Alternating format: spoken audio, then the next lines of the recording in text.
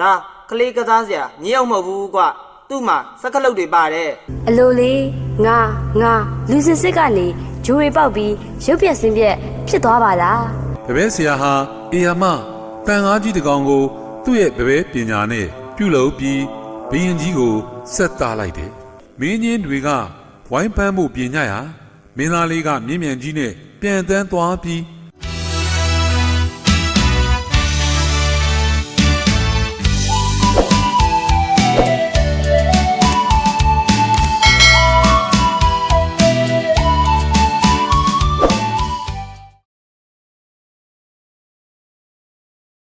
မြင့်မို့မမေစာပေမှထုတ်ဝေပြီးပတိမျိုးမှန်ရေးဆွဲသောမြင့်မြန်ရှင်မင်းသားလေးတခါတော့ကတပည့်ဆရာတယောက်နဲ့လက်သမားဆရာတယောက်တို့ဟာပညာနဲ့ပတ်သက်ပြီးအငင်းခုန်ဖြစ်ကြတယ်။တင့်ရဲ့လက်သမားပညာတဲ့ကျုပ်ရဲ့ဗဘဲပညာကပိုတာတယ်ဗျ။ဟာကြီးစရာကြီးပြောသမ်းပါလေဗျာ။ကျုပ်ရဲ့လက်သမားပညာခမားရဲ့ဗဘဲပညာတဲ့ပိုတာတာဗျ။တော်စမ်းပါဗျာ။ကျုပ်ရဲ့ပညာကပိုတာတယ်ဗျ။ဟွန်းသူတို့နှစ်ယောက်အဲ့ဒီလိုညှင်းခုန်ကြရင်ပြင်းထန်လာတော့အဆုံးဖြတ်ခံယူဖို့ဘုရင်ကြီးရဲ့ရှေ့တော်မောက်ရောက်လာခဲ့ကြတော့တယ်ရှင်မင်းကြီးဆုံးဖြတ်ပေးတော်မူပါကောင်းပြီ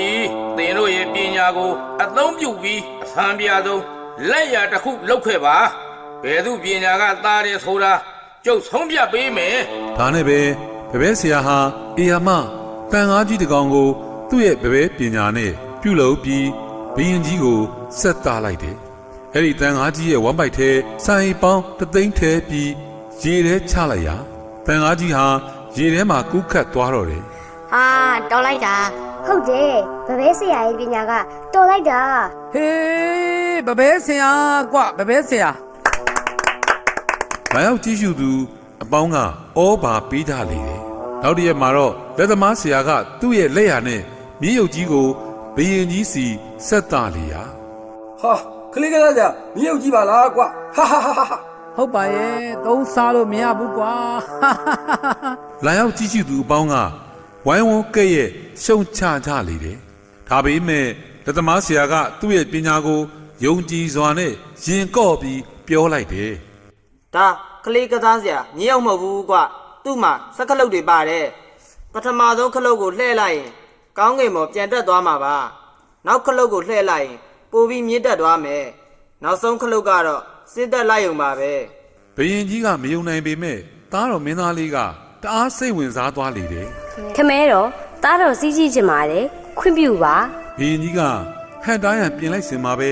သားတော်လေးကမြင်းကြီးပေါ်လွှားကနေတက်ပြီးပထမခလုတ်ကိုလှည့်လိုက်ရာမြင်းရုပ်ကြီးဟာကောင်းမြင်ပေါ်ပြန်တက်သွားတော့တယ်ဟာမိုးဝါတည်းပြန်နေဟေ့အောင်ဆရာကြီးပါလားဝေးလက်သမားဆရာကပိုးတော်တယ်ဟဲ့ဟုတ်တယ်ပိုးတော်တယ်ပိုကောင်းတယ်တောတောင်တွေမြို့ရွာတွေအပေါ်မြင်းပြန်ကြီးနဲ့အတူပြန်တန်းရင်မင်းသားလေးဟာပျော်ရွှင်မြူးထူးစွာနဲ့ဒုတိယခလုတ်ကိုနှိပ်လိုက်ရာမြင်းပြန်ကြီးဟာပုံမမြင့်တက်သွားပြီးတိမ်တိုက်တဲထိရောက်ရှိသွားတော့တယ်မင်းသားလေးဟာတိမ်တိုက်တွေထဲပျော်ရွှင်စွာပြန်တန်းနေရာကဗိမာန်ကြီးတစ်ခုကိုမမျှော်လင့်ပဲတွေ့လိုက်ရတော့တယ်အဲ့ဒီဗိမာန်ကြီးရဲ့ပြင်းဝါကနေသူ့ကိုအံ့ဩစွာနဲ့ကြည့်နေတဲ့မိမချောလေးကိုတွေးလိုက်ရရာရင်ခုန်လှုပ်ရှားသွားရလေတယ်မင်းသားလေးဟာတိမ်တိုက်ပေါ်ကိုဆင်းသက်လိုက်ပြီးဗိမာန်ထဲကိုလှမ်းဝင်လာခဲ့တော့တယ်အိုးရှင်ကဘာတူလဲတို့ကစိတ်တိုင်းကဘရင်သားတော်ပါနှမတော်ကရောဘာတူလဲနှမတော်ကလည်းဘရင်သမီးတော်ပါပဲရှင်နှမတော်အရွယ်ရောက်လာကြတဲ့ကတပားယောက်ျားတွေမတွေ့နိုင်အောင်ဆိုပြီးဟော်ဒီတိမ်တိုက်ပေါ်မှာတပင်တိုင်ညနန်းနဲ့လာထားခဲ့တာပါခမဲတော်ကတော့2ရက်တခါလောက်လာတွေ့ပါတယ်ရှင်မင်းသားလေးနဲ့မင်းသမီးလေးတို့ဟာမြင်မြင်ချင်းမှာပဲတူးနဲ့တူးချစ်ခင်စုံမဲ့သွားကြလေတယ်နောက်နေ့မှာတော့မင်းသမီးလေးရဲ့ခမည်းတော်ဘီရင်ကြီးလာတော့မှမို့မင်းသားလေးဟာမြင်းမြန်ကြီးကိုစီးပြီးမြေပြင်ပေါ်ဆင်းသက်ခါတဲကိုဆောင်တစ်ခုမှာတဲကိုနေထိုင်လိုက်တယ်ဒီလိုနဲ့မင်းသားလေးဟာအခွင့်သာတဲ့နေ့တွေမှာမြင်းမြန်ကြီးနဲ့အတူမိုးပေါ်ပြန်တက်ပြီးချစ်သူမင်းသမီးလေးနဲ့ပျော်ရွှင်စွာဆုံတွေ့လိရှိတယ်ဒီနေ့မှာတော့လက်ဆွဲတော်ဂျိုးကြာငှက်ကြီးစီးပြီးကောင်းကင်ပေါ်ပြန်တက်လာတဲ့ဘုရင်ကြီးဟာနည်းနည်းဝလာပုံရတဲ့ သမီးတော်လေးကိုမတင်ငါဖြေပြီးရွှေချိန်ခွင်နဲ့ချိန်ဆက်ကြည့်ဟာ ဟာသမီးတော်လေးတလထဲတလအလေးချိန်တိုးလာပါလားဟာ နောက်တစ်လလောက်အကြာမှာမင်းသမီးလေးကိုရွှေချိန်ခွင်နဲ့ချိန်ကြည့်ပြန်ဟာ ဟာတလထဲတလကိုလေးချိန်တွေကတိုးနေပါလားငါမရှိတော့ဘယ်ယောက်ျားသားကငါသမီးရဲ့ဗိမာန်စီကျူးကျော်ဝင်ရောက်နေပါလေ ဘုရင်ကြီးကတင်ငါမကင်းဖြစ်ပြီးမင်းသမီးလေးမသိအောင်ဂရင်အစွန်းနဲ့ထိုင်ကုန်တွေမှာစေးအနီရောင်တွေတုတ်ထားလိုက်တယ် အဲ့ဒီဆေးရောင်ဆုံးပေခံရသူဟာငါသမီးကိုကျူးလွန်သူပဲတွေ့ကြသေးတာပေါ့ကွာ နောက်တစ်နေ့မှာတော့မင်းသားလေးဟာမင်းသမီးလေးနဲ့လာတွေ့တဲ့အခါမင်းသားလေးရဲ့အင်ကြီးဝတ်စားတွေမှာစေးနီတွေစွန်းပေကုန်တော့တယ်မင်းသားလေးဟာအပြန်ခီးကြားမှာစေးနီတွေစွန်းပေမှန်းသိတော့ ဟာပေဆုံးကုန်ပါလား မင်းသားလေးဟာအင်ကြီးအဝတ်စားတွေကိုချိုးပြီးလွတ်ပစ်လိုက်ရာ ဟာဟာမိုးပေါ်ကအဝတ်စားတွေကြလာပါလား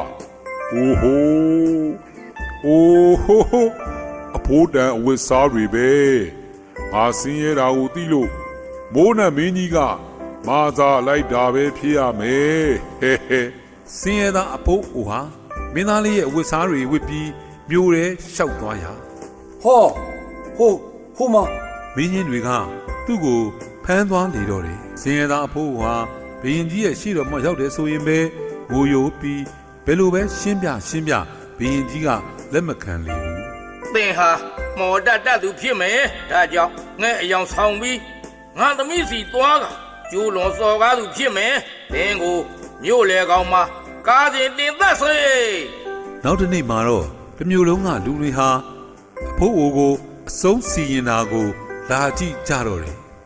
မိုးနဲ့မင်းကြီးရဲ့တင်လောက်တာတင်ပြန်ကယ်ပေးပါအောင်ဟီဟီဟီ အာနာပကွက်သားတွေကဖိုးအိုကိုကွက်မြက်ခံဒီဆဲဆဲမှာပဲမင်းသားလေးဟာမြင်းပြန်ကြီးနဲ့ရောက်လာပြီး ဒီမှာ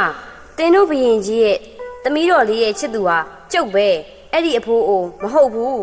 သူကကျုပ်ဆွပစ်လိုက်တဲ့ဝက်စားတွေကောက်ဝဲမိလို့အခုလိုခံရတာပဲ မင်းကြီးတွေကဝိုင်းပန်းမှုပြင်ကြရာမင်းသားလေးကမြင်းမြန်ကြီးနဲ့ပြန်တန်းသွားပြီးမင်းသမီးလေးစီရောက်အကျိုးအကြောင်းပြောပြက ကဲနှမတော်မောင်တော်ရဲ့တိုင်းပြည်စီထွက်ပြေးကြရအောင်နော် မင်းသမီးလေးဟာမင်းသားလေးခေါ်ရနောက်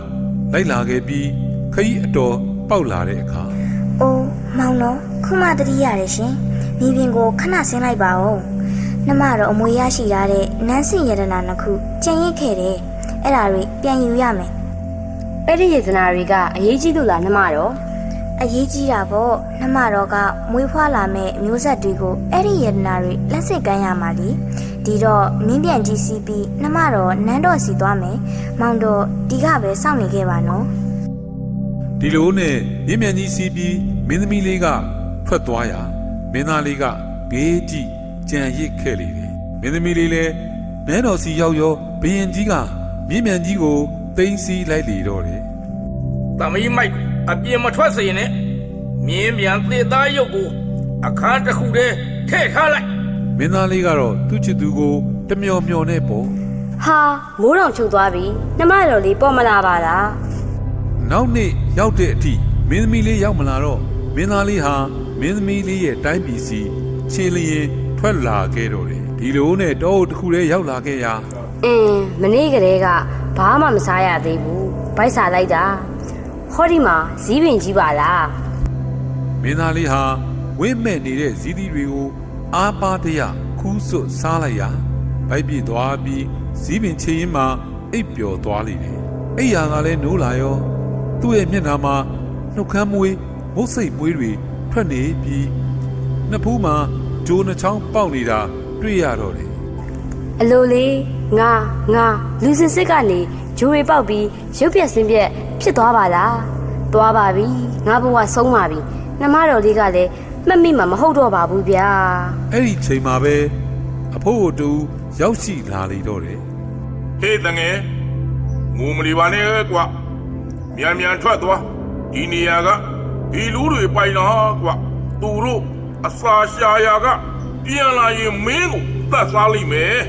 က တေပါစီဖိုးရဲ့ဒီလိုရုပ်ပြက်စင်ပြက်ဘဝနဲ့အသက်မရှင်ရှင်တော့ပါဘူး ။အိုးအဲ့ဒီအတွက်တော့မပူပါနဲ့ကွာ။စီရီကြောက်တွေ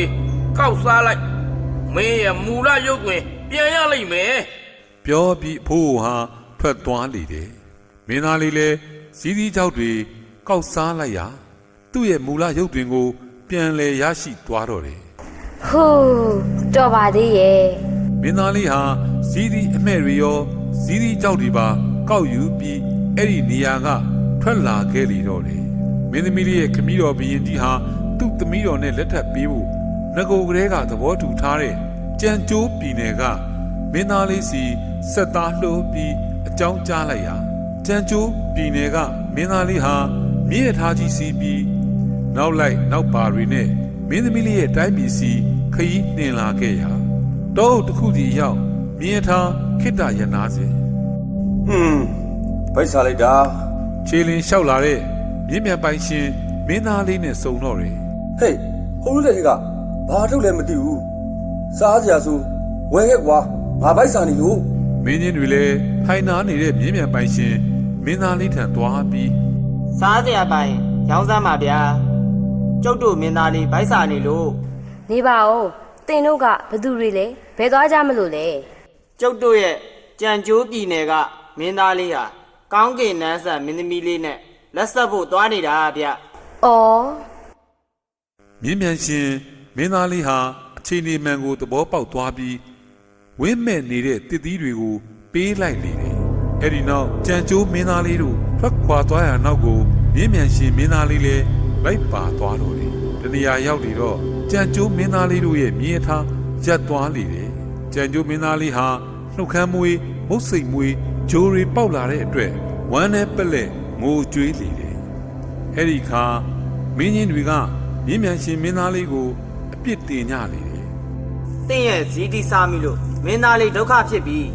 ကျုပ်စားတာတော့ဘာမှမဖြစ်ပါဘူးဗျကြည့် မြင့်မြတ်ရှင်မင်းသားလေးဟာဇီးသီးမဲ့ကိုစားပြီးဘယ်သူမှမသိအောင်ဇီးသီးကြောက်ကိုထပ်စားလိုက်တယ်အဲ့ဒီတော့သူဘာမှမဖြစ်ဘူးပေါ့